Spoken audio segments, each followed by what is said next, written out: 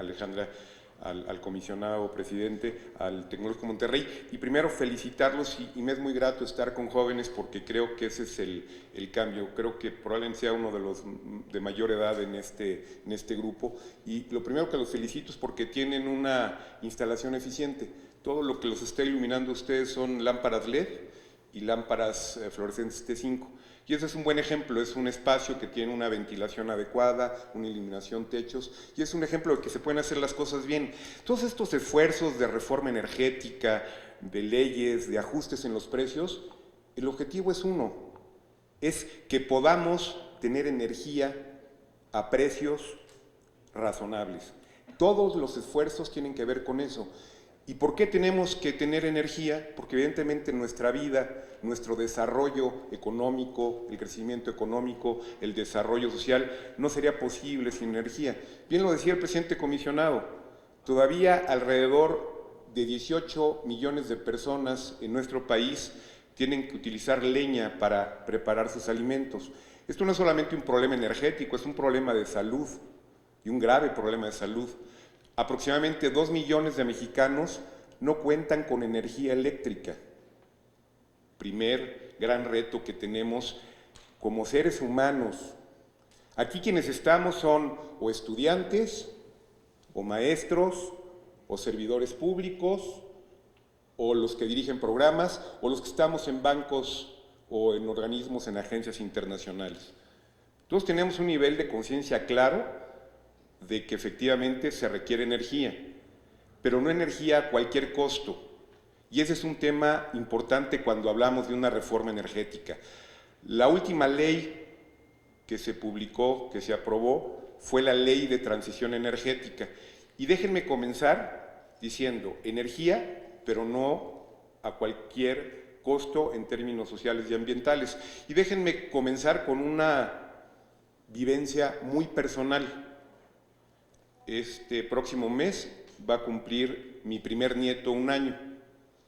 Mi hija y mi yerno decidieron cambiar un paradigma. Mi familia y la familia de mi yerno somos atelucos. Estuvimos acostumbrados a durante toda nuestra vida estudiantil, laboral, a transportarnos grandes distancias en el vehículo o en el transporte público. Y ellos dijeron no. Voy a cambiar mi vida, voy a vivir cerca de mi lugar de trabajo. Pueden ir a trabajar caminando. Nació, les digo, mi nieto en marzo, eligieron un lugar, y pudieron hacerlo afortunadamente, que tienen un parque frente a donde viven, con el propósito de que ese pequeñito pueda jugar al aire libre. Resulta ser que cuando podía salir, estábamos en contingencia ambiental. Y ese bebé, que apenas va a cumplir 1 año, se llama Juan Diego, y me siento muy orgulloso de ser abuelo, pues no lo podían sacar porque había contingencia ambiental. Cuando pensamos en energía, pues, tenemos que ir más allá. E insisto, es importante que todos entendamos y que difundamos que estos esfuerzos tienen ese propósito, tener energía en condiciones adecuadas. Y déjenme entrar un poquito más en materia. Hablamos de necesidad de transición energética por 2 elementos fundamentales. El primero, seguridad energética. ¿Qué es esto de lo que hablábamos? Garantizar un suministro suficiente y oportuno de energía a precios razonables. No es tan sencillo como subir un interruptor, nosotros lo vemos muy fácil, pero resulta ser que se requiere generación, se requieren combustibles, se requiere un gran esfuerzo para que podamos encender una luz en nuestros hogares, en nuestra escuela, en nuestro trabajo. Y el otro punto muy importante, el combate al cambio climático. Ya esto no está sujeto a ninguna polémica de que el cambio climático es un fenómeno, no sé qué hice, qué pasó, pero se fue la señora esta. Es un fenómeno que el mismo ser humano ha provocado y que tenemos que limitarlo para que la temperatura del planeta no aumente más de 2 grados centígrados, porque tiene enormes efectos económicos que ya han sido evaluados, que tanto pueden afectar al crecimiento del Producto Interno Bruto del país.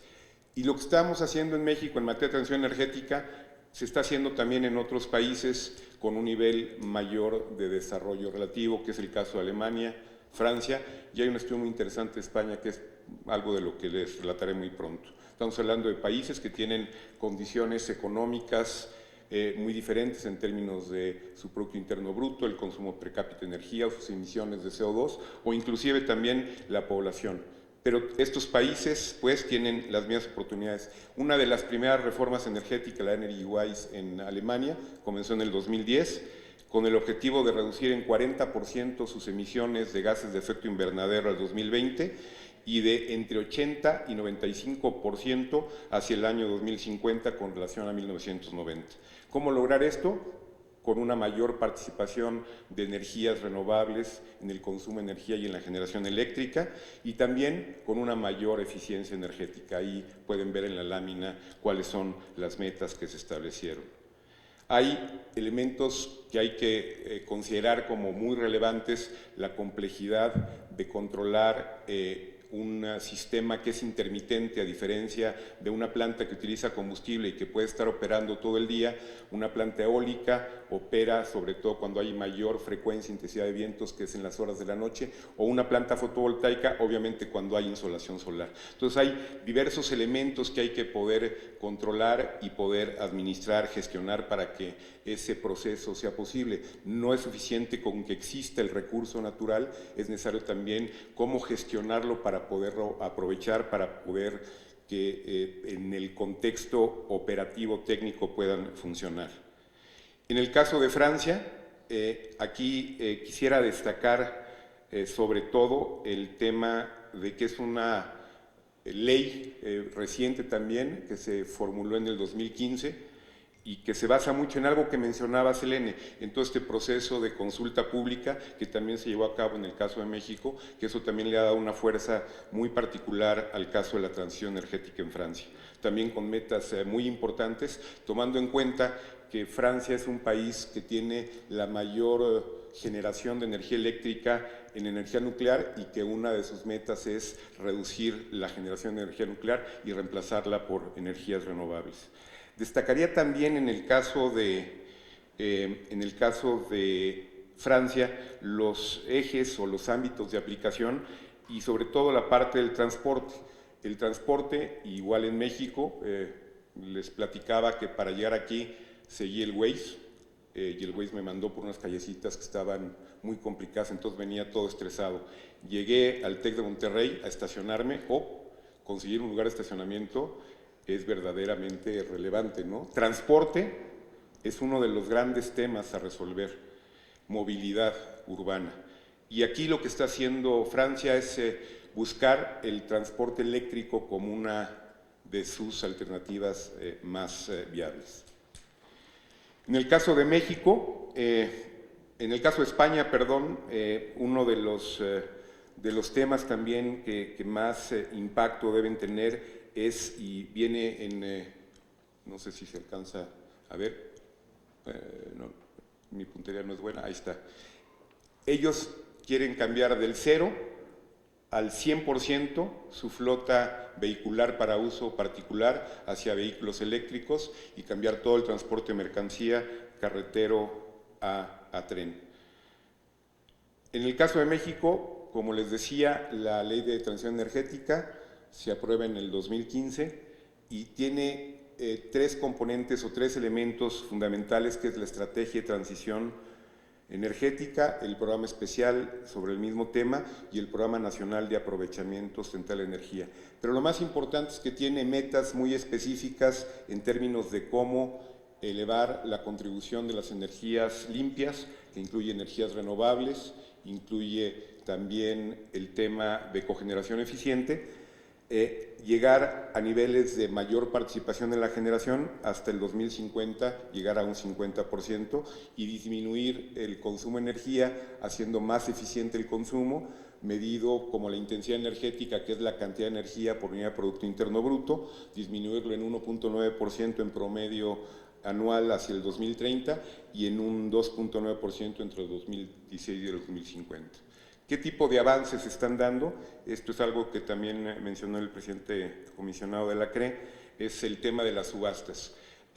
Los usuarios calificados y los generadores tienen que cumplir con cierto nivel de participación de energías renovables, al 2018 el 5%, y CFE, que se dividió en una empresa que distribuye a la población en general baja tensión, a otros usuarios calificados, pero en la parte de CFE que distribuye a los usuarios domésticos, comerciales de menores consumos, tuvo que llevar a cabo este proceso para poder contratar generación a partir de energías limpias, y estos son los resultados. Ha habido 2 subastas que han implicado en conjunto, se van a invertir en los próximos 3 años del orden de 6.6 billones de dólares.